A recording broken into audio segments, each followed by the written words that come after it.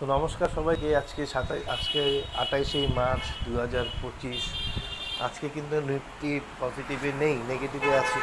যেহেতু আপনাদের আমি গত কয়েকটা ভিডিওতেই বলেছিলাম নিফটির 23,700 লেভেলটা কিন্তু মারাত্মক রেসিস্ট্যান্স ছিল, কিন্তু এই সপ্তাহে 23,700 ফাটিয়ে কিন্তু আবার নিচে চলে আসছে। ভালো করে ব্যাপারটা বোঝার চেষ্টা করেন। 23,700 রেসিস্ট্যান্স ছিল, সেটা ফাটিয়ে কিন্তু 23,867 অব্দি চলে গেছে, মানে 150 পয়েন্ট উপরে। তারপরেও নিফটি সেখান থেকে এখন 23,500-তে, মানে আবার 300 পয়েন্ট ডাউন খেয়েছে। কিন্তু তার কারণ হচ্ছে এই যে বার, গত সপ্তাহের যে একটা বার ছিল 1000 পয়েন্টের যে মুভমেন্ট দিয়েছিল, তারপরেও এই সপ্তাহেও কিন্তু আবার গ্যাপ আপ খোলার কারণেই কিন্তু এই বারটা এখনও অতটা পজিটিভ নয়।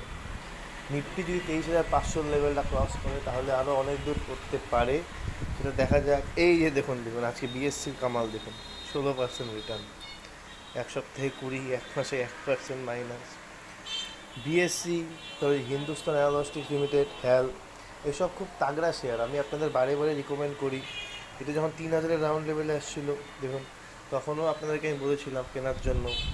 এখন দেখেন, তখন কিনলেও এখন মোটামুটি আপনি 25 থেকে 30%-এর মতন প্রফিটেবল থাকতেন। ঠিক আছে, দেখি আজকে আমাদের মিউচুয়াল ফান্ডের খবর কি।